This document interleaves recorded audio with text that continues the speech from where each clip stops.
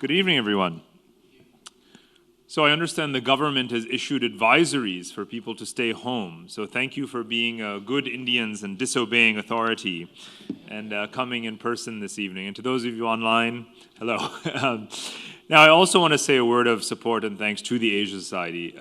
This book came out actually in January, February this year. So this is, I think, the 7th or the 8th Asia Society event I've done at various locations around the world, beginning in New York and coming up soon in Hong Kong and other cities in between. And the Asia Society is an absolutely vital institution. I think what is so special among its other contributions is the fundamental intellectual underpinning. I mean, when you go to the Asia Society, especially in New York or Hong Kong, you genuinely see the exhibits, the speakers, the programming that really covers the full geographic breadth of Asia. I think we all accept that we are in a secondary way Asians beyond our first and foremost, national identities, but there are almost no common cultural institutions that give, equal attention across the geographies and subregions of Asia. Only the Asia Society does that as even-handedly, inclusively, holistically as it does. So if you're not a member, this is a plug from my side as well. You should really actively support this institution. It's also, of course, because it's a network, and I see that firsthand when I do these events. There's even now a more and more active chapter in Switzerland, for example. So, bringing the attention of the stories of Asia to audiences that are not traditionally familiar, making Asia part of their daily cultural and intellectual life is something that, again, Asia Society is carrying the torch on that and doing it extremely well. So I'm ever grateful to the Asia Society for hosting me, and especially here again today in Mumbai. So let me pick up on that point I was just making inadvertently, really, about geography. One of the things I say in the beginning of the book is most people just don't even know what Asia is. Asia, in fact, the word is not an Asian word. It's a European word, sort of derived from ancient Greek. Asians haven't had a word for Asia, so we had to borrow one, right? But when the ancient Greeks came up with the term Asia, they actually just meant Persia, because that was the furthest geography that they were, sort of consistently familiar with. So obviously, the irony being that when we in South or East Asia talk about Asia, we mean us and we don't mean the West Asians of Persia, whereas that's actually what was originally meant with the term. The truth is it's both and, right? Geographers do not dispute what Asia is, right? The funny thing is that we have come to adopt colonial cartography whereby we refer to the Arab world and Persia as West Asia, as the Middle East, right? And the real Asia is sort of South and East Asia. Sometimes when people say Asia, by the way, they also don't even mean South Asia. They think of that as a separate subcontinent as well. But again, that is colonial cartography, not geography, right? No geographer disputes that this is the map of Asia, right? Asia is the GCC countries, the Persian Gulf countries, all the way to the Red Sea, the Mediterranean Sea, the Anatolian Peninsula, Russia to the Ural Mountains. That's all Asia. But, you find very little writing about it. One of the reasons I wrote this book is because we've got 20 years of books about Asia, right? I struggled to find a title for this book because Asia appears in lots of book titles. But if you look at the content of those books, they're pretty much 90% about China, right? With maybe 99% actually. And then a smattering of references to Southeast Asia, maybe India gets a mention, right? You don't really have a holistic picture of Asia, even though, this is one of my points of departure, in the past 30 years, since the collapse of the Soviet Union, 1991, you have had a much greater degree of interaction, a recovery, if you will, of interactions across West Asia and East Asia. And that's sort of, part of what is captured here. So I mentioned, the demographics are very important in all of this. Even without reference to the full Asian geography, as you probably know, you may have seen this image before, 51% or 50.1% of the Asian population is sort of captured in this circle. And what's important to remember about the demographic story is that not only is that true today, but that's always going to be true. And that percentage will only grow. You have fast-growing populations in Asia, and even though Africa is growing rapidly, it's still only 1 billion people, right? Whereas the full Asian geography is roughly 4.6 billion people today. So there's no question that this is where the demographic action is. But again, importantly, this is because the world population is actually leveling. If we were here 20 years ago, I'm not sure if you remember what global demographic forecast said the world population would rise to, but it was about 15 billion people, right? We had it completely wrong. Of all the predictions that experts in any field have made over the last 50 years, I'm hard-pressed to think of one that we were more wrong about than the global population forecast. Just a mere couple of decades ago, we all thought the world population was going to be 15 billion people. Now, that has been revised down towards 9.5 billion people. We're almost there. By 2040, 2045-ish, evidently it's not an exact science, we will reach that peak population. Therefore, again, at that point, when we reach the maximum number of people in the world, the majority of them are going to be here in Asia. So I think that's something that's different. Now, let me get back to this point about Asia and China, or Asia being synonymous with China.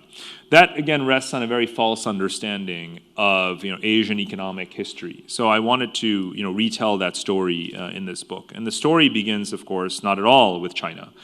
Because when in 1949, after the end of World War II, China was in the middle of a civil war. Right? China was still very much a backwards peasant society. But Japan, meanwhile, really reinvented itself, as we know, after World War II, experiencing a stratospheric economic rise, the Japanese economic miracle, as we now call it. And within 25 years of the end of World War II, Japan had become the world's second largest economy. I think most people in this room probably old enough to remember when America thought that Japan was its biggest threat, right? Rising sun and all of that. So it's Japan that begins the Asian economic miracle sort of story. And then that's the first wave. The second wave is the tiger economies, right? Of course, South Korea, Taiwan, Hong Kong, Singapore. These are the economies that also grew so rapidly at around the same time and piggybacking, if you will, on Japan. And they set the standard. These first two waves of Asian growth in the modern era set the standard which then China sort of awoke to and realized exactly 40 years ago in 1979 when China established Shenzhen as its first special economic zone, right? So the Chinese story begins exactly 40 years ago. Right? It's not the beginning or the end of the Asian story, right? It is the middle. It's the midpoint. And this is important because if you're out there in the rest of the world explaining to people why Asia is important, and everyone thinks that it's all about China, China, China, China, China. I love that YouTube video of Donald Trump. Have you seen those doctored videos where he just says China 55 times in a row in 50 different speeches? That's kind of the way the world thinks about Asia. Right? Always learn to assume the worst about people's, knowledge of world affairs. So it's all about China. And that means, though, that if the Chinese economy slows, as it is, right, if there's tensions with China, as there are, a lot of people out in the world are going to throw the Asian story out with the Chinese bathwater. And you don't want that to happen. Right? That's not good for India at all. You want people to understand that China is the midpoint of the Asian growth story. China benefited from the growth waves that happened before it, but there's a huge wave that is really just beginning. And I focus a lot of this book on the fourth wave of Asian growth. That's here, that's us, right? India is at the center of that, along with the Southeast Asian economies. Now here you have not just the 1.4 billion people of China. Here you've got the 2.5 billion people, all of South Asia, Southeast Asia put together. And every single country in orange has a younger median age than China, right? Except for Thailand is pretty close to China's median age.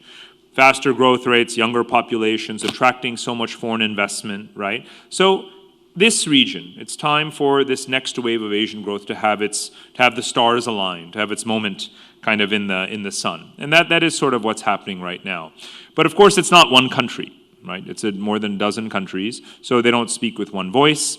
They're not fully integrated with each other. So, obviously a lot of them are small, still very poor, high inequality, but the potential is there. The raw materials are there. And the story of this fourth wave of growth, similar to the growth of China. China's growth happened because they opened, but also because, of course, they attracted lots of investment from the more modern, mature, developed countries, right? For 40 years, the most consistent investors in China have been Japan, have been Taiwan, have been Singapore, right?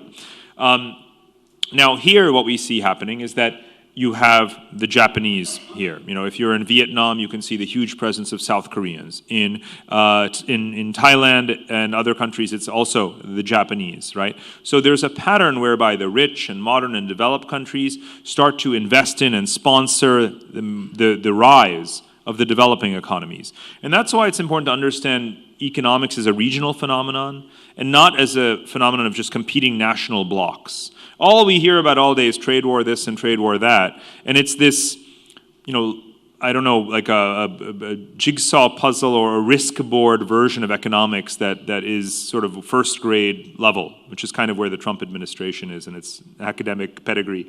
Whereas in reality, right, economics is very much about regional trends and patterns and integration that help to stimulate that growth. And so you can't really understand what's happening in this fourth wave of growth without understanding the role of China in that, Belt and Road, trade, the supply chain diversion, and so forth. So these are actually cumulative stories. So now, just a couple of other points. If you look at Asia globally, you should be looking at the Asian economies in purchasing power terms rather than in US dollar terms, because you get a much more accurate picture of obviously the domestic terms of the domestic role of the economy, the role of consumption in the economy, and so forth. So when you revise national figures of GDP for Asia, you see a massive upward revision. Out in New York, they're having this conversation about, when will China overtake the United States as the world's largest economy? Will it be in 2029 or 2030? And the answer is it was 2017, right? Because in PPP terms, already you have a pretty substantial gap there. It kind of makes sense. It shouldn't be so hard for people to understand that you should measure an economy based on the currency that people pay for things bought and sold in their country made by themselves. Not so hard, is it? Right? Now, interestingly, India benefits most significantly from an upward revision, right? So, for example, here, of course, it's the race to 5 trillion. Is that what people are saying, right? When do we get to 5 trillion? It's like stop measuring things in terms that are not relevant to your own, sort of circumstances, right? It's a nice branding exercise, but at the end of the day, you want to focus on, what you're doing in your domestic economy. And fortunately, large domestic consumption-driven economies are quite more resilient to trade shocks, and of course you can always do more to strengthen the domestic component of growth through infrastructure investment and reforms and so forth. ASEAN, again, is fractured, but the ASEAN GDP is larger than India's, with only half the population. So this sub-region of ASEAN gets very often ignored, but is one of the most significant economic regions in the world as well. So you see how important Asia is in there. Now you'll notice that I've colored in even Turkey and Russia and Saudi Arabia and Pakistan and Iran in orange, right? Some of these countries, this is kind of one part of the geopolitical argument, places like Russia, Turkey, Saudi Arabia, have thought of themselves as either aspiring to join the West, Western institutions have been dependent on Western economies, in the case of Turkey even wanting to join, the EU and so forth. Well, today, if you look at, this is back when I was in college, but some of us still suffer from that kind of mental inertia. Today, if you look at Turkey and Russia and Saudi Arabia, these are not exactly countries that are, begging to join Western clubs, right? If anything, they have tilted quite substantially towards Asia. So, there we go. And this is part of the reason why. So in the last, again, 30 years, right? The last 30 years is so significant because the collapse of the Soviet Union enabled the strategic alignments, the Cold War pressures, the divide and rule kind of, geopolitical architecture of the world, the post-colonial system where countries like India had, deeper trade relations, with Great Britain, or even, political ties and with their own neighbors. In the last 30 years, that's when all of that started to change. And you can see it, blindingly clear in the trade statistics, right? So I went back 15 years, 10 years, 5 years, and here you have the current data. The bilateral volumes between any pair of Asian countries or subregions has grown very, very substantially. So I brought in Russia. You can see the Russia-India trade, Russia-Southeast Asia, Russia-Saudi Arabia, Japan with the Gulf countries. It's all been growing, all up. Again, economics is about this broader optimization of land, labor, capital. It's about the complementarities that economies have with each other. And Asians have been, sort of not exploiting those complementarities until the end of the Cold War. And then, boom, you had the super cycle. Super cycle is is the period in which you started to have the surging commodities trade across the Indian Ocean, right? So now, of course, the Gulf countries sell way more oil and gas to Japan, China, South Korea, and India than they do to any Western country, right? Europe is in the midst of a big energy transition away, and in any case, it can get everything from Russia and the Arctic and Africa. The United States doesn't need anyone's energy anymore, right? So West Asia has become part of the Asian story. And you've had trade liberalization, right? Things like the Regional Comprehensive Economic Partnership coming into effect this year. And of course, you have the Belt and Road as well, which is helping to link countries more closely together. So I expect all of these numbers to go up. Asia has all the people, all the industry, all the commodities, all the technology, all the capital that it needs, right? Asians can supply anything that any other Asian needs. What we're in the midst of is a process of adjustment, towards that ever more convenient reality. It doesn't mean that you shut out the West. If you want to buy an iPhone, go buy an iPhone. Right? You want to go study in the U.S., go study in the U.S. It's about open regionalism is what, trade economists would call it, right? Asia becoming more self-sufficient in logical, obvious, natural ways, but actually being very pro-free trade, right? The U.S. didn't join the TPP trade framework that it created, but Asian countries were happy to join, right, alongside Canada, Mexico, and others. Now, this exchange, this growing set of complementarities also applies to demographics. And this is something that people often don't study enough.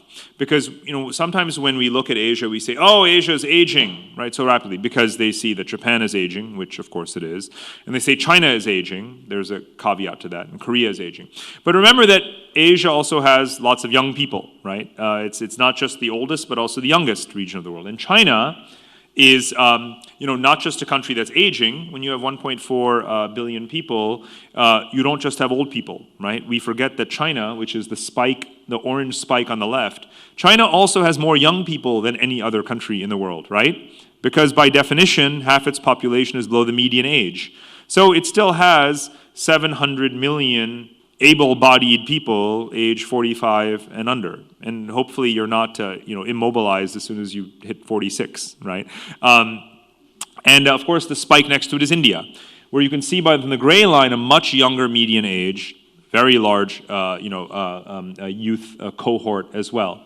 In the middle are all the ASEAN economies, other Asian countries, where you see very young median ages except for Thailand, but cumulatively a large youth population. And on the right is the West, right? Very old countries with no young people, right? So, in a nutshell, this is all of the countries in the middle range. That's the high growth engines of Asia, and you are starting to see a lot more demographic flows, right? You've got and in any country where manufacturing is growing, infrastructure investment is rising, like in Thailand or Indonesia or wherever, you've got loads of cross-border Asian migration going on, for example. In the aging countries like Japan, there's significant reforms to encourage inward migration of youth, right, from countries to be nurses, caretakers, that kind of thing. Students, right, you have more and more English language programs in Japan, Korea, even China, So Asians will stay in Asia to get their education, right? So at all levels, we're seeing more and more demographic interaction as well. That helps to recover some of that kind of, Asian awareness. So Belt and Road is also meant to, accelerate that process. We think of Belt and Road as just infrastructure, but, in China's articulation of it, it's also about people-to-people ties as well. It's funny because the Mandarin edition of this book came out a couple of months ago, so I was in Beijing, and I heard from a bunch of academics that, we're seeing a decline in the number of American students that we're getting here, but from the BRI countries, the student numbers are going way up. And it's funny because when you grow up in the US, you'll see lots of data charts about the world, and you'll see US, Europe, and ROW. And ROW stands for rest of world.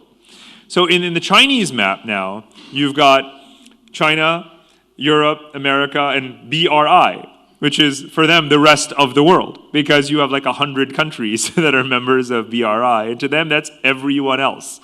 And it's legions of, Nigerians and Pakistanis and Russians and all sorts of people. I see droves of Italians, going to study in China and so forth. Again, more and more English language programs. So, China is going to get people to come there and be part of the Chinese story and the Belt and Road story, no matter what the Western attitude towards it is. And the West is actually very divided about, Belt and Road, I should point out. European countries have been much more accommodating and have even joined it, like Italy has, or have kind of third country arrangements, some MOUs with Belt and Road and so forth. I think Belt and Road is overall, I'm a kind of, I guess what you would call an infrastructure determinist, right? I look at the 5.5 billion people who live on this map, and I see that almost all the countries are post-colonial or post-Soviet. I look at the tripling of populations like India since independence. I see the lack of infrastructure investment over the last 70 years, and I say, this is a heinous crime. This is a terrible oversight, right? People need the basics, right, of connectivity, And so I generally think that even if there's good debt and there's bad debt, there's lots of things that governments have spent on and screwed up and wasted money. But generally speaking, infrastructure is a necessary investment, especially in the countries on this map. It doesn't mean that what China builds, China controls, and that's the mistake a lot of people make. And I spent the prequel to this book, Connectography, from which this map is derived, kind of arguing that actually infrastructure is the category of public good and investment where just because one country builds it, it doesn't mean that they own it forever, right? Even if a lot of debt has been taken on in order to build it. Because what happens is if you do it right, you grow out of that debt, right? It becomes obviously a net positive kind of asset. You pay back those debts. One of the things that I've also noticed is that, because a lot of the countries that are, dealing with China in the very unequal way that they have to when it comes to Belt and Road, is that, these are post-colonial countries, of course. They're very suspicious. They remember the colonial experience, right? Or they remember the Soviet experience.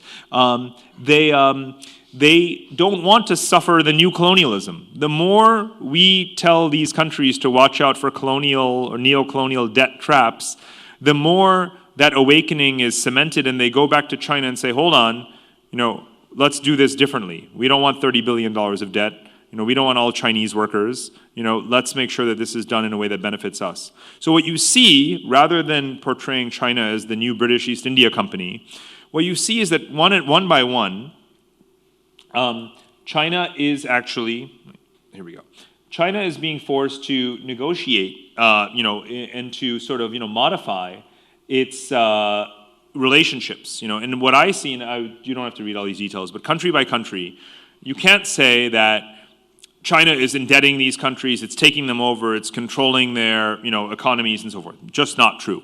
What I see in a lot of countries is that China is being forced to accommodate because it needs them as much as they need it, right? And I think that, if this is a 50-year story, we're only at year 5. It's too soon to say that Sri Lanka, for example, is going to become a Chinese pawn. Anything but, as it turns out, based on the awakening that's happened in this country and the political football that the Hambantota port has become. So don't have a linear view about China and Belt and Road. View it as a process that's just being kicked off now and will in fact be very competitive. So I'll just wrap up. I made a point earlier about Europe. I just want you to focus on the upper right-hand bar. It says 1.6 trillion. That's the volume of trade annually between Europe and Asia today. And whereas the U.S. is sort of retreating in some ways by not joining the TPP and even being hostile in trade policy towards allies, Europe is getting on board with Belt and Road. It has just passed an FTA with Japan. It wants to have an FTA with India eventually, with ASEAN. So that number 1.6 is going to grow. Right? So the opportunity for the future is very much this sort of Eurasian opportunity. So I'll just conclude with this. I'm not a historian, but I spent a lot of time delving into the previous eras of Asia's, again, sort of, integration, complementarity, Silk Road eras, what have you. And genuine historians who look at the 15th and 16th centuries, they use this term Afro-Eurasia. Beautiful term. I had never heard it until a few years ago. And what you find is, the pre-colonial patterns of interaction were so robust. There's an entire subfield of history devoted to looking at the pre-colonial Asian and African civilizational interactions and trade. And in many ways, Belt and Road, all of the members are these Afro-Eurasian countries. It's the Eurasian Silk Road and the East African in particular countries. And today, the majority of the world trade growth is happening along the Indian Ocean Rim. Fastest growing economies in the world are all in the Indian Ocean Rim. Most enthusiastic participants in Belt and Road are along the Indian Ocean Rim. So it is in many ways a return to this Afro-Eurasian world of the 15th and 16th centuries, which, the more you study it and read about it, the more you can romanticize about it and think, wow, with such little technological capacity, how much interaction and knowledge there started to build up across Asian countries. And today, how much more we can do to rebuild this Afro-Eurasian sort of system. And so to me, that's really a call to action, because we shouldn't take for granted that the Asian story has succeeded. To me, it's really just actually beginning. It's just starting to take off. There's a very, very long way to go. We should not be too quick to declare who's a winner and who's a loser from this. Eras of history last, centuries, not just, decades or minutes. To me, we are at just a 30-year mark, right? This all really started to get going again when the Soviet Union collapsed. 30 years is a very, very short period of time. If history is any guide, this is actually going to be something of you could say a golden age again, with lots of, geopolitical bumps along the way, lots of small or larger wars and conflicts, right? That's also part of system building in many ways, is settling disputes through conflict. It happens, right? It doesn't derail the broader story of this kind of Asian resurrection and the development and deepening of this Asian system. So with that, let me stop and thank you very much again, and really look forward to the conversation with Manisha. Thank you. Can you hear me? Good evening, everyone. Thank you again on behalf of Parag and me for braving the rain. It's a terrible day, and I know how scared we Bombayites are. I almost nearly cancelled myself. I was like, should I go home?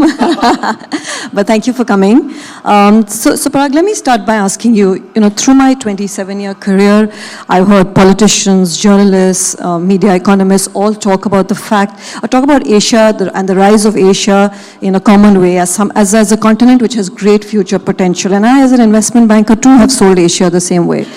But at the back of my mind, I've always wondered, how do you generalize for such a vast swath of people who are so different, think so differently, speak different languages, culturally diverse, neighbors who are actually squabbling with each other, India, Pakistan, China, Japan, more recently back home, Singapore, Malaysia. So when you see us, do you see us as a homogeneous lot, which is united in what it's trying to do, raise income levels of its people, and give better standards of living, or do you see us as a divisive, multipolar lot, which a lot of the West criticizes us to be? That's a great question, and I go to great lengths to point out that Asia is by far the most diverse region of the world, and for Asia to have a coherence that is worthy of analysis does not mean that Asia is unified and therefore easy to understand. right? In a way, we use these European models to apply to a non-European region. It makes no sense. Asia has always been the most diverse part of the planet and is going to remain that way. That doesn't mean that we can't find the commonalities or the complementarities. And so to me, that's what this is about. It's about appreciating the diversity of Asia, not homogenizing it in any way, shape, or form. In fact, the crime of homogenizing Asia is precisely what is so often done by by outside analysts, and people who, again, either say, well, Asia, that's just China, right? Or Asia, you have all these, human rights problems. Or Asia, you're all poor, right? That's the homogenization that goes on. I'm trying very, very hard to systematically rebel against that, and still to say that there is a set of trends underway across Asia. And one of those trends is merely the participation in this Asianization. There is this, mentality. I call it Asia first, and of course, that's a response to Trump's America first. I wanted to call the book Asia First, and my agent put her foot down. She was like, nothing that is of any allusion or reference to Donald Trump will be used in the title of this book. But, you can see in every Asian country the sense that, yeah, I don't get along with my neighbor. I resent them. I'm jealous of them. However, they're doing something smart over here. Maybe I should copy that, or I should really be getting more technology from Japan and less from, this fickle, suppliers in the United States where the Trump administration is putting in export controls, or this kind of thing. There's many reasons for countries in Asia to want to exploit the nearer opportunities more than they have for centuries, and they're doing it whether it's sort of conscious or unconscious. The hardest thing to do, I think, for me in this book was to get at this idea of what I call the new Asian values. How do you generalize across, democratic, Israel and Muslim Indonesia and throw in the Russians, Japanese, and Indians and say that there's something in common? And I actually tried to do that. And I talked about kind of, we have this tolerance for, or even a preference for technocratic kinds of government, right? A strong executive leader who has a vision for modernization. We give that kind of person, his name might be Modi, could be someone else, a very long leash, In the West, you don't do that, right? And the other is mixed capitalism, something, of course, you're very familiar with. There's obviously a high degree of not only tolerance, but support for, the idea of a state role in the economy in some way, steering or supporting national champions, whatever the case may be. So industrial policy and so forth.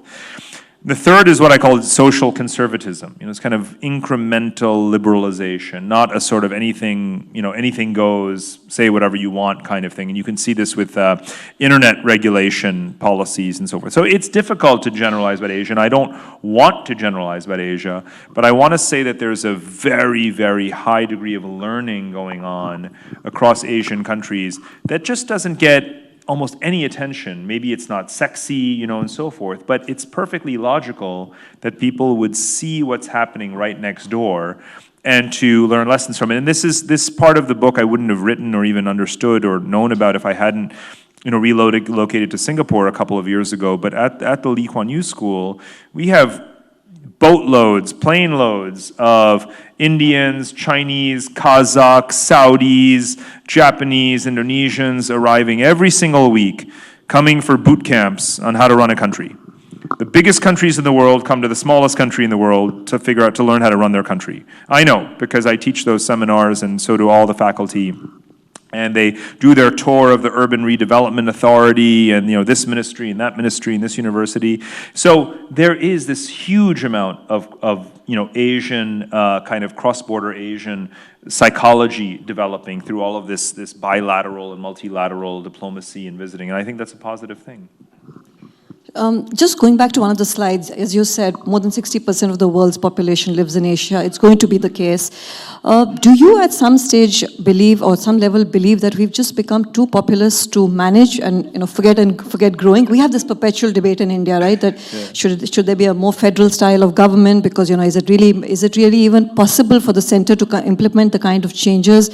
How do you see it from your vantage point? Do you see us as just too big to manage, or you have more hope? In terms of massive overpopulation, it's a particular, Chinese problem, Indian problem, and African problem, really. In China, it isn't so much a problem because they're actually experiencing demographic decline at this point, right? They're well past now peak labor force, massive aging population. The rural long tail is no longer accelerating into the cities the way it was before. There is still urbanization, but not at the intense level of before. But you're reminding me of the famous Khushwant Singh line, as we multiply, so do our problems.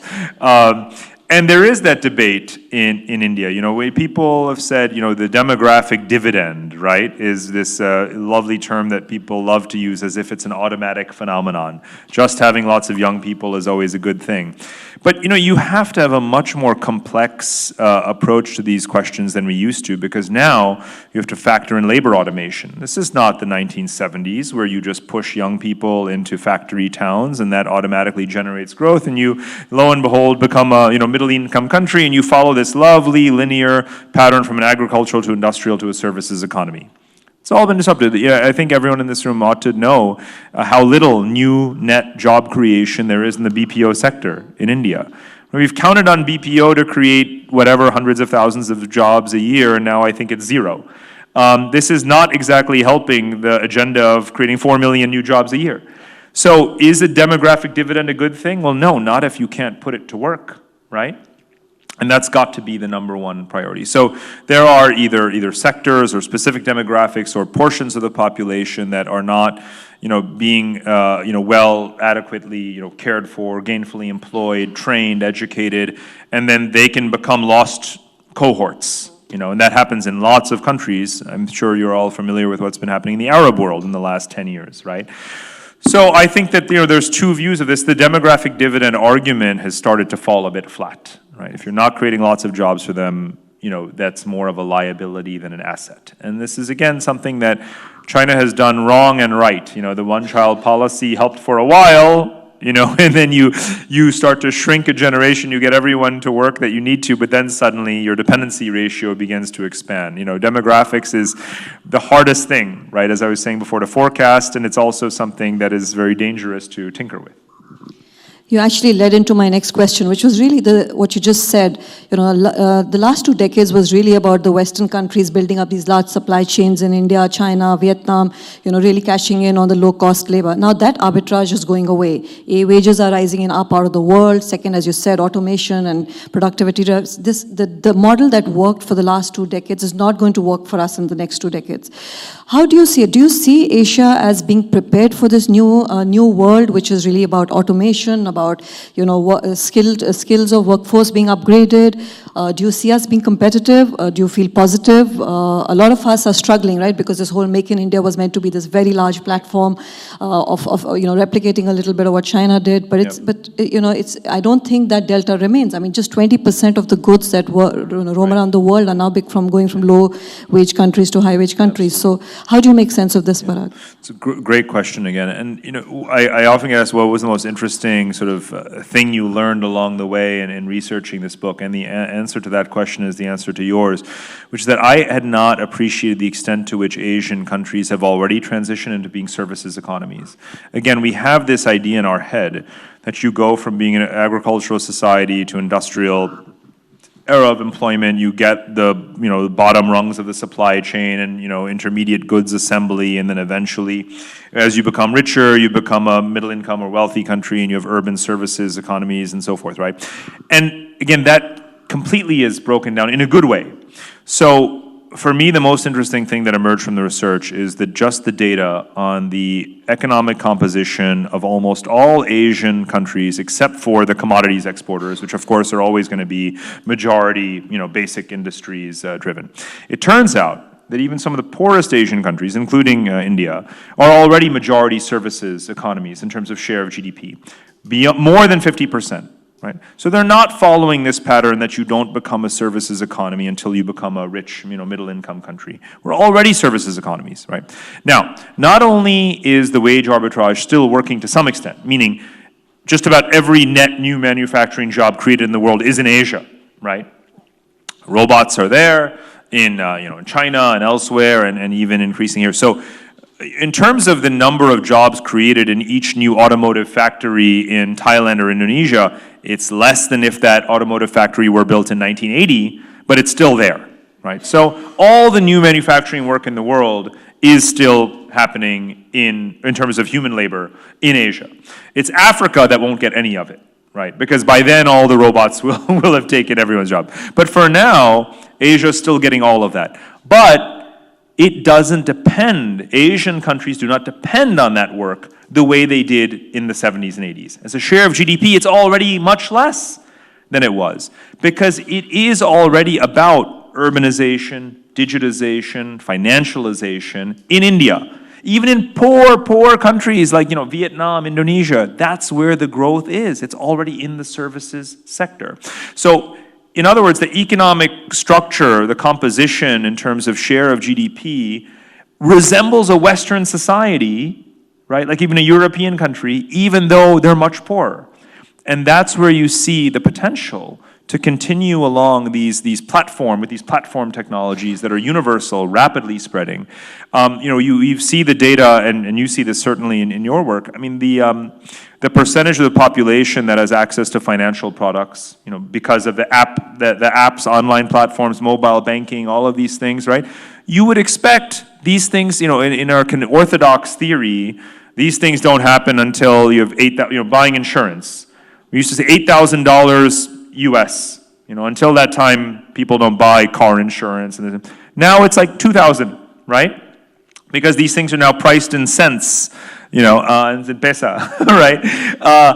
That's what's happening. So we are services economies, and we need to do a lot more of it. And that's where jobs also need to be created. And the funny thing is, people talk about the disappearance of jobs because of labor automation as if those are the only jobs that could have been created. Nonsense. The real deficit in jobs is in services, in healthcare, in education, in hospitality, in infrastructure. Those are the things that this country lacks the most.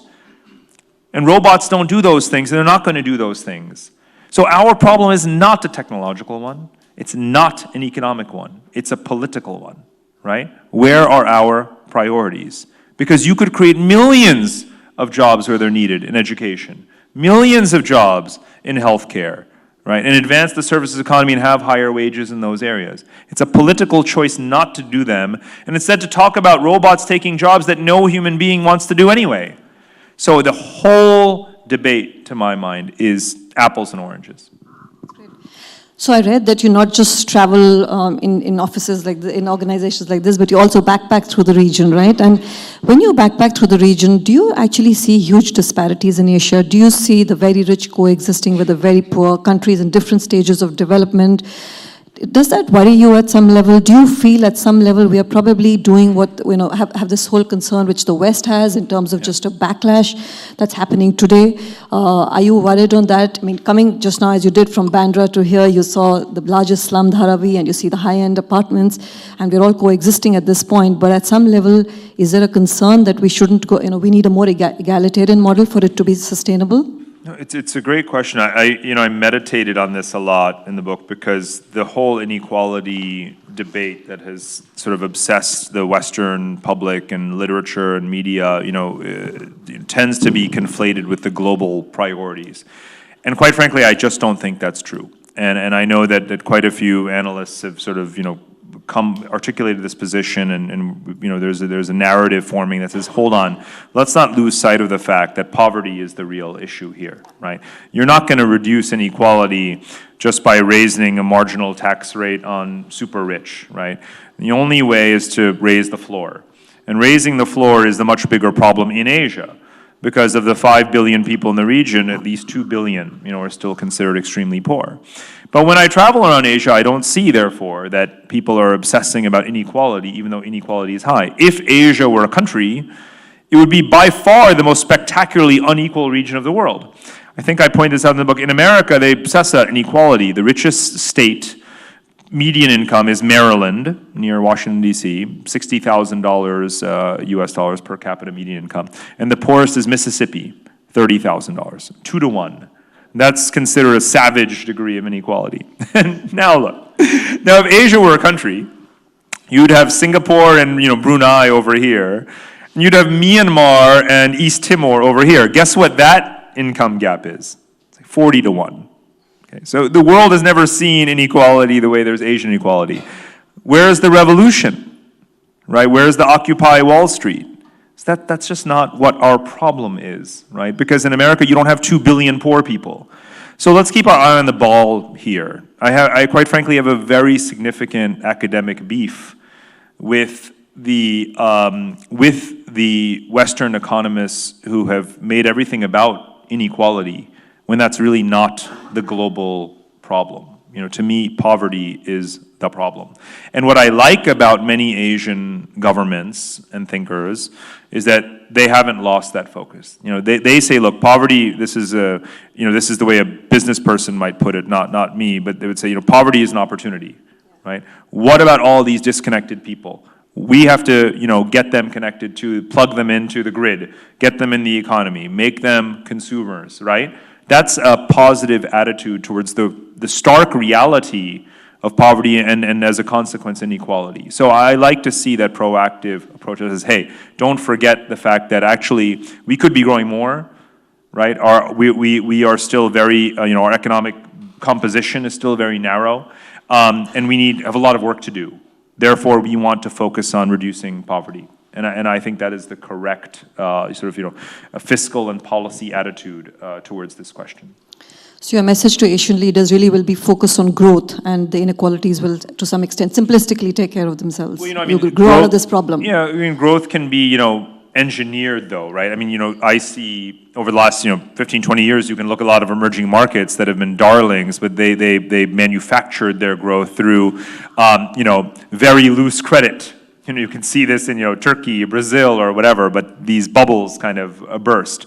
So there's a way to do growth. Inclusive growth is now the term that I like. I favor this term, inclusive growth, for what we should be doing. So making sure your policies, are actually creating, access to opportunity, right? Creating that infrastructural foundation, creating the basic set of services in healthcare and education, employment, skills, access to capital and so forth that people need, and that would be it. So not, growth is not an end in itself, right? I think that this is where the, more holistic conversation has taken us in terms of sustainability and so on. So it's not, growth emerges from doing the right things. And the right things are the policies that are associated with the idea of inclusive growth. Do you think Asia needs a higher consensus on human rights, rule of law, and other cultural aspects before it truly becomes great, like you've predicted in the book? Well, I don't think you'll ever have a consensus on, sort of cultural things, right? So it's not really about that. One of the things that I, rebel against is, again, this overgeneralization about Asia. When people say Asia, it's this authoritarian threat from the East, the specter of Asian authoritarianism. What they mean, of course, is China. And the first thing I point out, and I would like you all to join me in this, is that, wait a minute, more people live in democracies in Asia than in the rest of the planet Earth. Fact. So please, let's all be clear the next time people conflate, India is still a democracy, with authoritarian China, right? More just in India, Indonesia, and the Philippines, that's about 1.8 something billion people, right? So more Asia is largely populated by democracies, and most Asians live in democracies, and may it ever be so. So let's remember that there isn't one Asian political model, and if there is one Asian political model, it isn't China's. And the more China acts like China, which is to say, entrenching authoritarian practices and, alienating many of its own people, and being accused in some ways of attempting to export that model, which I don't really think it's doing, but anyway, the more it alienates its neighbors, the less they would want to be like China, right? So Asia's future is not to be undemocratic, anti-democratic, and to be caught up in this sort of notion of a China model, right? Most 3.5 of the 5 billion Asians, 3.5 billion are not Chinese, are not in China, right? So again, I hope this is all clear to everyone, but it's a point that a large majority of the global chattering class does not seem to understand, as basic as it is. So you have a vast diversity of regimes. I think the point you're making, really gets down to the self-serving nature of censorship and certain kinds of policies against free speech and media and so forth. I certainly don't condone that by any means, right? In my private work, when I'm working with governments, I say to them, especially if it is China or elsewhere, I say, why don't you lighten up? You've been as most successful countries of the last 4 decades, have been some of these Asian countries that are still so harsh and authoritarian and abusing human rights. And I say, that if you were to lighten up, give more of a release valve to your people, they would probably express more degree of gratitude, right? If you think about older Asian people, especially if you look at older Chinese or Vietnamese people who've experienced the Cultural Revolution, the Great Leap Forward, the Vietnam War, what Asian person wants to see another civil war, wants to see instability, wants to overthrow their government without knowing what comes next, right? We're pragmatic people. Because of this, this recent history. So I think that actually, governments should trust people more in the same way that people have been putting their trust in governments. And I also like to point out that Asians are not docile. If you look at Korea, the Philippines, even Indonesia, there's not many, there's obviously the opposite, there is China. But in democratic Asia, people are not afraid to throw their leaders out. And I think that's a beautiful thing, obviously, right? So, I know that in countries like India and elsewhere right now, there is this sense that we're on the fence, we're moving in the wrong direction. And I definitely sympathize with that view. But I think that there's a difference between the regime of the moment and the culture and the society. And that is something that hopefully is stronger and more fundamental. So, Parag, moving on, 50% of the world's internet users live in Asia. China accounts for 40% of e-commerce transactions globally. India has 540 million internet users. Aadhaar, one of the biggest biometric programs in the world, has been adopted in India. Artificial intelligence is a big priority for Japan, China. 50% of the venture capital funding is coming into Asia from the world, and so on and so forth. Do you see this process of digitization and innovation really furthering what you're saying in terms of propelling Asia into and leapfrogging it into the next level of growth? And what do you think policymakers and corporations, etc., can do to really further this process of integration of technology into mainstream lives? That's a fantastic question. I spend a lot of time in the book talking about this leapfrogging, or second mover advantage, as it were. And there's no question that there's genuine innovation, in Asia, in each of the technology clusters that really matter for, either stimulating further economic growth and even, in a sustainable way. You can look at the digital area and digital platforms. There's no question that the WeChat ecosystem is the ecosystem, the platform par excellence, right? For the world. And you can see in Indonesia, they're sort of taking bits and pieces of the super app models from China and elsewhere through Gojek. Gojek has become the super app for Indonesia, and every country in Asia is developing these super apps. And I have a line in the book that may seem cruel for Americans. I say, in America, you still write checks, and people line up at banks to deposit their checks, and it disproportionately disadvantages poor people, right, who have to spend all that time, and then, they have to get payday loans at usurious interest rates. And so I say, the best thing that could ever happen to poor Americans is to have WeChat, right, which they don't have, of course, because, when you have the second mover advantage, like you have in Asia. You can write regulations from scratch. You can have the telcos and the banks and the regulators sort of, understand each other on the fly and really enable this sort of ecosystem development. So I see that, the room to do more of that across populous Asian countries is enormous, right? Because you don't have a WeChat for the Philippines yet, and here in India we could do more of that and so on. So huge. That's just one area. Then look at healthcare costs. This is something that is exciting, of course, in India as well, right? The cost of delivery, I have exact specific numbers in the book. The cost of delivering, a decent health, suite of health services in a clinic or remotely is obviously a fraction of what providing medical care is in a Western country, right?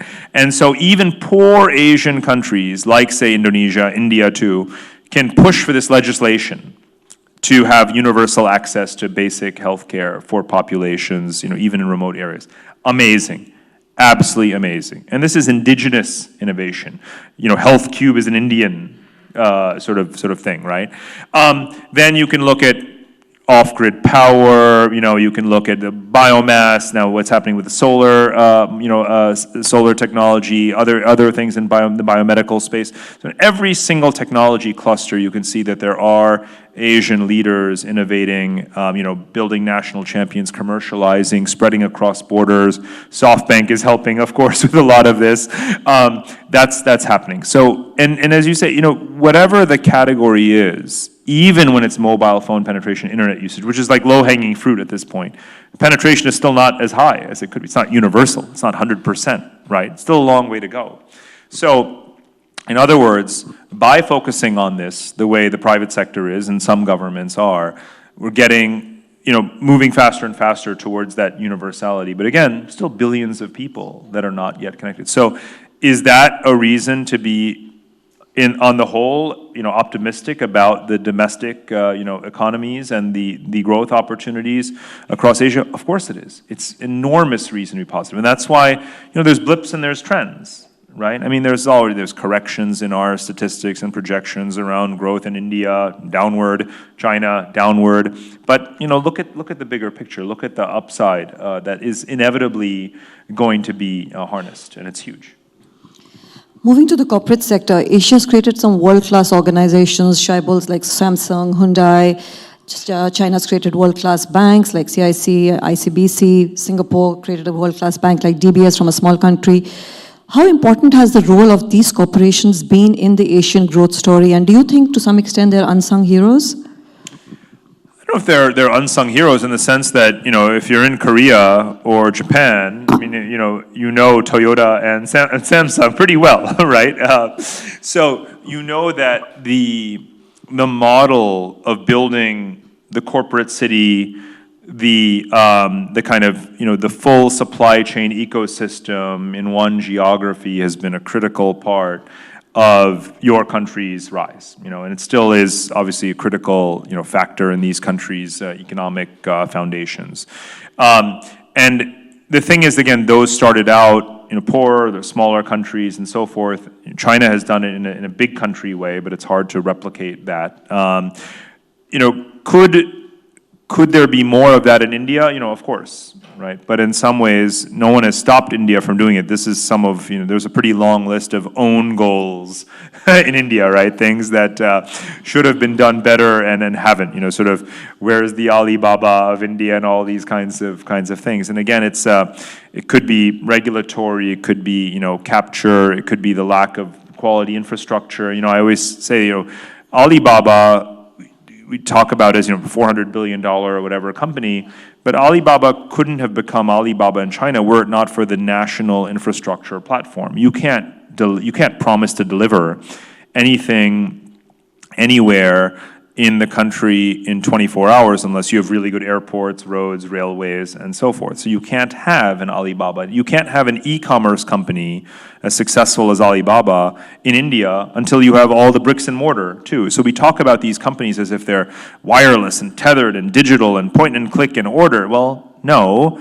it rests on a certain foundation of infrastructure first. Right. So, India has to provide those things for the companies to achieve that, universality and scale quickly. So there's a lot of scope for India to do those things. And again, hopefully, the companies that do play that role are efficient private companies, because, I don't think that, what we're seeing in terms of, state intervention, right, picking winners, it doesn't always work particularly well, in a country like India. So I have a lot more questions, but I've been told to stop and give others a chance. So I'm going to stop now and ask the audience to just ask your questions. There'll be a mic going around. Please introduce yourself and ask the question. We're going to be here. Yeah. Hi, good evening. I'm Professor Devraj Ghoshal from SPGN Management College. I teach strategy and international business. So my question is, Asia is a big opportunity we all know about. Can you talk about 3 or 5 countries which are particularly more opportunity in the next 3 to 5 years? Because business school students want to know, hey, where is it and which sector? Yeah. Sure, no, that's a very good question. And I think, there's opportunity in terms of where you might sort of physically go versus where, you should see from a, I can just give you the kind of macro, sort of structural answer.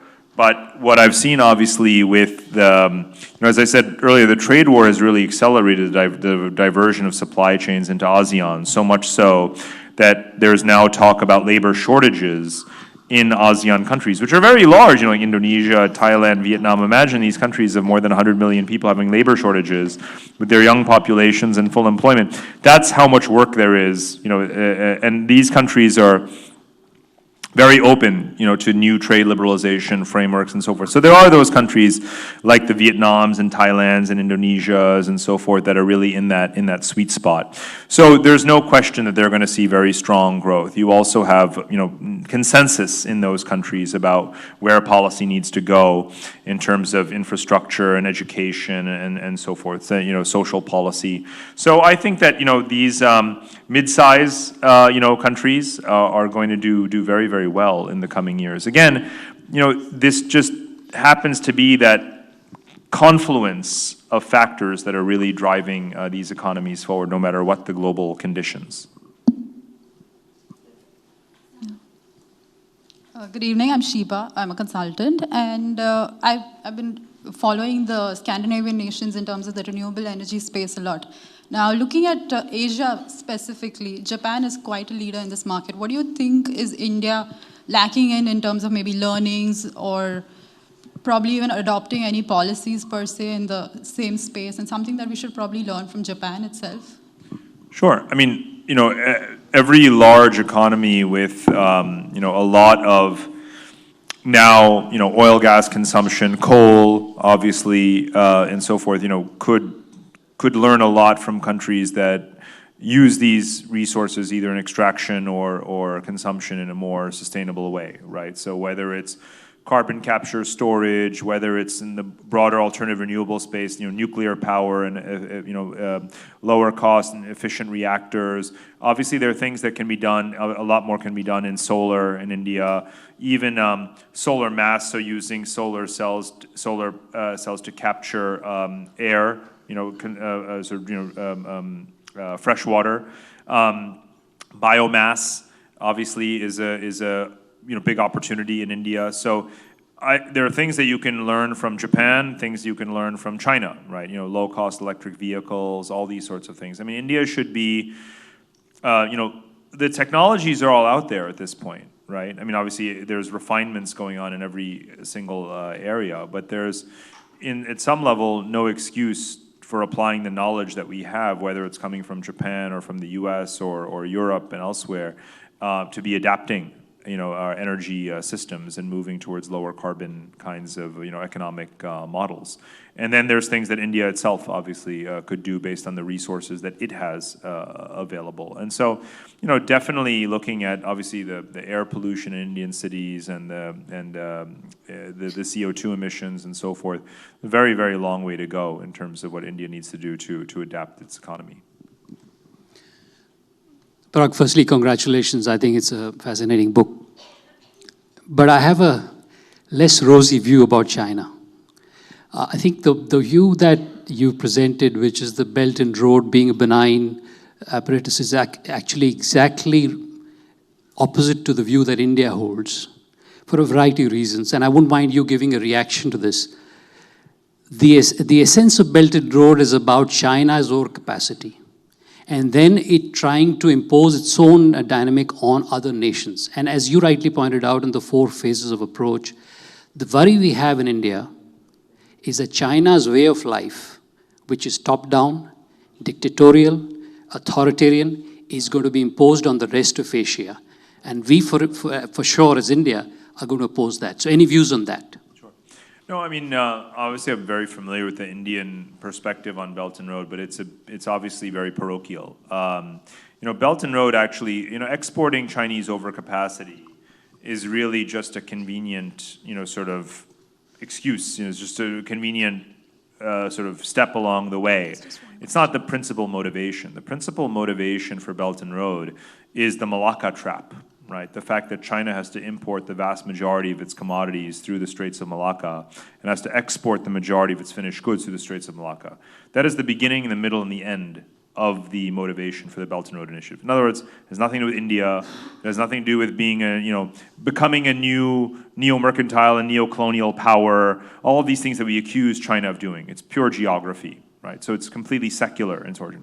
Furthermore, related to that, it actually began as a defensive thing. In other words, because China is vulnerable to this Malacca trap, right, it therefore needs to diversify its trade corridors and routes. And so when the Soviet Union collapsed, they said, well, let's settle our borders with the post-Soviet republics. Let's start to build pipelines and get energy from the Caspian Sea rather than relying just on the Persian Gulf. Let's strengthen our ties with Russia and all of these kinds of things. And let's have 4 or 5 geographic corridors to access resources rather than being subject to just the Malacca trap. Again, purely defensive, purely secular. Has it become something where China not only wants to procure resources from Africa and Middle East and elsewhere, places that are beyond its scope of military, dominance, which is very, very, very tightly circumscribed, and therefore China wanting to use political instruments, financial instruments, economic leverage to ensure that governments act in a way that's friendly towards it and suit its interests? Absolutely. Wouldn't you do the same? Of course you would, right? But time after time, and the accusations that China is practicing this debt trap diplomacy have been actually disproven. And this is very, very simple to understand. If you are a country like Tajikistan or Mongolia or whatever, you were a heavily indebted poor country prior to China extending more loans and credit to you, right? You were dependent on mostly one, maximum 2 creditors prior to China coming in, right? You may have a marginal expansion of your outstanding debt to China, but you already had a high outstanding debt. My argument is at least now you're supposed to be investing it in a productive asset, right? Rather than simply siphoning it off to bank accounts in London, right? And China, if anything, is trying to actually get tough on some countries to make sure that they make good on the investments that they're supposed to be doing, because it's actually meant to increase China's geographic resilience, right? So is there a sly neo-mercantilism going on? Absolutely, right? One of the things that most angered Pakistanis, for example, was when some memo was leaked from the Urumqi provincial government that because every Chinese province has to have its Belt and Road strategy. So the Xinjiang province's strategy was, well, let's buy marble for cheap from quarries in Pakistan. Let's polish it, finish it, and build really nice furniture and ornaments, and let's sell it back to Pakistan. So when this was leaked, in the public and published and translated into like Urdu or whatever, they went nuts. They were like, we're not going to be subject to your neo-mercantilism. Again, as I've been saying all along, we remember colonialism. To hell with this, right? And you had, China backtracking and backpedaling and, we're not going to do that, don't worry, we promise. One of the things that China is doing right now, especially in light of the trade war, in response to the trade war, is to massively reduce import tariffs to almost any and all countries that are not named United States of America, right? Now, it was trying to do a bit of that anyway in order to give the semblance of a more equitable, sort of trade, because what tends to happen, I've been looking at economies like Brazil and others for like decades, where they started out having a trade surplus with China. They're like, rah, rah, here we are. We're, China's open to us. We're a strategic partner. We're, sending huge amounts of raw materials to them, and their imports to us are not that bad. But then 5 years later, it's like, oh no, massive trade deficit, with China. And so China's saying, okay, how are we going to make sure that these countries don't turn against us, right? So what you're seeing happening is that even if China does have utterly nefarious intent, let's say everything you're saying is true, everything, this is meant to be the new British East India Company in every way, shape, and form, right? And they're mercurial and exploitative, neo-imperialists. Let's just pretend for a minute that Indian conspiracy theory about Belt and Road is true. It still doesn't mean that that's what's going to happen, right? Because that's not at all what's going to happen. The pushback to everything that China is doing is more important than what China thinks it's doing and wants to do.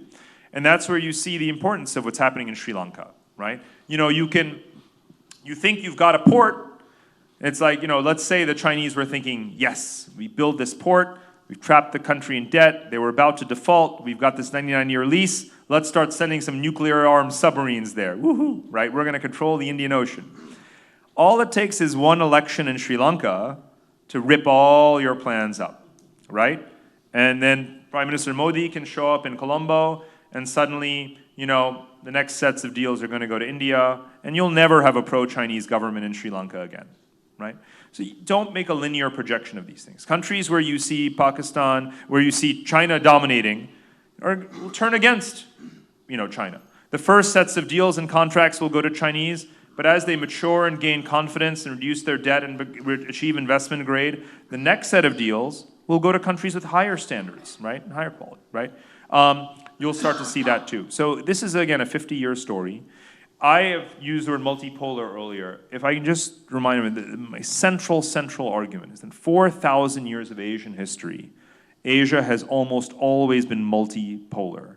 Only one power has ever dominated the majority of Asia, and that was the Mongols. It was a really long time ago. The Chinese are not the new Mongols, right? Whatever China wants, we make this mistake of believing that, well, it's China. They always get what they want. They have a 1,000-year plan. They're so ruthless and focused. The answer is no Asian power ever gets what it fully wants, because Asia is so big, so diverse. It's civilizations so self-confident and able to deter each other that no one ever wins in conquering Asia. No empire can extend its hegemony for particularly long. China has never done it.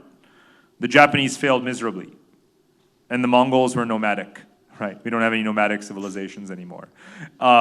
So, I just want people to remember that the backlash to Belt and Road is as important as Belt and Road, and it shapes Belt and Road. So whatever China wants doesn't matter nearly as much as what others want. So listen not to what comes out of Beijing. Listen to Islamabad and Tashkent and Astana saying, hold on a bit, or Yangon. We don't want this much debt. We don't want you bringing all your workers. We don't want you dominating our economies, right? Because they're gonna win, even though they have no leverage. They seemingly have no leverage in the power dynamic with China. But China needs them as much as they need China.